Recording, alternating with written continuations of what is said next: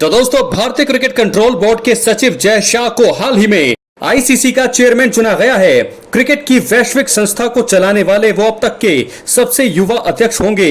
जय शाह पर कई बार social media पर मीम्स बने और उन पर आरोप भी लगाए गए, लेकिन अहमदाबाद से लेकर आईसीसी प्रमुख बनने तक का सफर उनके लिए बड़ा दिलचस्प रहा है। दोस्तों, जय शाह की शख्सियत सुधार करने वाले प्रशासक के तौर पर स्पष्ट दिखती है, जो उन्होंने अपने कार्यकाल में किए। कुशल क्रिकेट प्रशासक, कामयाब व्यवसायी, हनुमान जी के भक्त और अनुशासित जीवन जीने वाले शाह ने अपने ही ढंग से अपनी छाप छोड़ी है। भारतीय क्रिकेट में दो तारीखें बड़ी जरूरी हैं। एक 27 अक्टूबर 2022 जब भारतीय महिला क्रिकेटरों को पुरुषों के समान फीस देने का ऐलान हुआ, और दूसरी 28 जनवरी 2023 जब महिला प्रीमियर लीग के लिए खिलाड़ियों की बोली लगी। आईपीएल ने अगर विश्व क्रिकेट का परिदृश्य बदला तो पुरुषों के बराबर फीस, और डब्ल्यूपीएल ने महिला क्रिकेट में नई क्रांति ला दी, जिसका श्रेय जाता है बीसीसीआई के मौजूदा सचिव जय अमित भाई शाह को। इससे पहले महिला क्रिकेटर्स को बीसीसीआई में खास महत्व नहीं मिलता था, लेकिन जय शाह ने 27 अक्टूबर 2022 को ऐलान किया।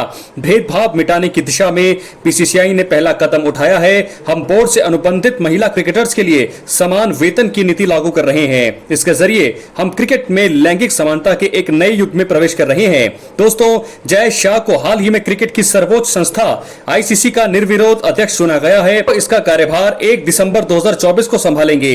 वो इस पद पर पहुंचने वाले 5वें भारतीय होंगे। उनसे पहले जगमोहन डालमिया, शरद पवार, एन श्रीनिवासन और शशांक मनोहर आईसीसी के अध्यक्ष रह चुके हैं। दोस्तों, 22 सितंबर 1988 को पैदा हुए जय शाह केंद्रीय गृह मंत्री अमित शाह और सोनल शाह के पुत्र हैं। गुजरात से ही प्रारंभिक शिक्षा प्राप्त करने वाले जय शाह ने राज्य के ही निर्मा विश्वविद्यालय से बीटेक में स्नातक की डिग्री हासिल की। उन्होंने कॉलेज की मित्र ऋषिता पटेल से फरवरी 2015 में शादी की। उनके 2 बेटियां हैं। करीबी बताते हैं कि वो हमेशा अनुशासित और सामान्य रहना पसंद करते हैं। जय शाह का ध्यान अपने कार्यकाल के दौरान सुधारों पर केंद्रित रहा है। उन्होंने सीनियर खिलाड़ियों के लिए भी रणजी समेत अन्य घरेलू टूर्नामेंट में खेलना अनिवार्य कर दिया। इसी वजह से श्रेयस अय्यर और ईशान किशन पर रणजी नहीं खेलने पर कार्यवाही भी की गई। इसके अलावा जय शाह इंग्लैंड और ऑस्ट्रेलियाई क्रिकेट बोर्ड के साथ मिलकर सीमित ओवर्स के साथ ही टेस्ट क्रिकेट को बढ़ावा देने में लगे हैं। 2028 के लॉस एंजलिस ओलंपिक में क्रिकेट को शामिल किया गया है। इसमें आईसीसी की ओर से जय शाह ने अहम भूमिका निभाई थी। इतना ही नहीं, उन्होंने एशियन गेम्स और कॉमनवेल्थ गेम्स में भी क्रिकेट को शामिल करवाया। जय शाह का अहमदाबाद में दुनिया का सबसे बड़ा नरेंद्र मोदी क्रिकेट स्टेडियम बनवाने में अहम योगदान रहा है। तो वहीं इसके अलावा जय शाह के क्रिकेट के प्रशासनिक करियर की शुरुआत वर्ष 2009 में हुई, जब वो अहमदाबाद केंद्रीय क्रिकेट बोर्ड के कार्यकारी सदस्य बने। साल 2013 में जय गुजरात क्रिकेट एसोसिएशन के संयुक्त सचिव चुने गए। 2015 में बीसीसीआई की वित्त और मार्केटिंग कमेटी के सदस्य बने। तो सितंबर 2019 में बीसीसीआई सचिव चुने गए।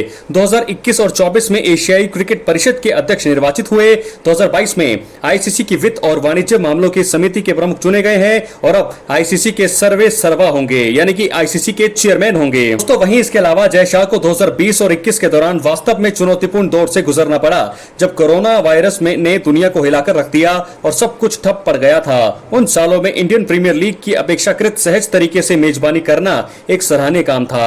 उनके ही मार्गदर्शन में आईपीएल के दौरान बायो बबल की व्यवस्था की गई, जिसके भीतर मेडिकल टीमें बनाकर सकारात्मक ढंग से कोविड में भी क्रिकेट को थमने नहीं दिया। जय शाह स्वभाव से बेहद धार्मिक हैं। बताया जाता है कि वे हनुमान जी के बड़े भक्त हैं और जब भी परेशान होते हैं तो हनुमान चालीसा पढ़ने लगते हैं। 2010 में उनके पिता पर चल रहे एक मामले में जब अदालत से जिरह हो रही थी, तब वह अदालत में बैठकर लगातार हनुमान चालीसा का ही पाठ कर रहे थे। तो वहीं इसके अलावा बीसीसीआई के सचिव के तौर पर जब वो किसी अंतर्राष्ट्रीय कार्यक्रम में भाग लेते हैं तो उन्हें करीब 84,000 रुपए प्रतिदिन, और जब कोई बैठक भारत में होती है तो उन्हें करीब 40,000 रुपए प्रतिदिन मिलते हैं। विमान यात्रा के लिए उन्हें बिजनेस क्लास के टिकट मिलते हैं। जब कोई मीटिंग नहीं होती है लेकिन वो देश के भीतर कहीं भी यात्रा पर होते हैं तो उन्हें रुपए 30,000 प्रतिदिन के हिसाब से भत्ता मिलता है। देश में या बाहर जहां पर भी वो ठहरते हैं उसकी शानदार व्यवस्था बीसीसीआई ही करता है।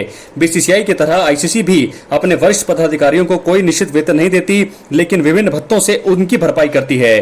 क्रिकेट के अलावा जय शाह परिवार के बिजनेस को आगे बढ़ा रहे हैं। उनकी नेटवर्थ करीब 124 करोड़ रुपए है। तो दोस्तों, इस प्रकार आपको बता दें, सुधार पर केंद्रित रहा है जय शाह का ध्यान। जीसीए से लेकर आईसीसी अध्यक्ष तक का सफर नहीं रहा है आसान, अब है वो क्रिकेट के शाह। क्या है आपकी राय? अपनी राय कमेंट बॉक्स में जरूर दें। चैनल पर नए हैं, चैनल को सब्सक्राइब करें। बहुत बहुत धन्यवाद।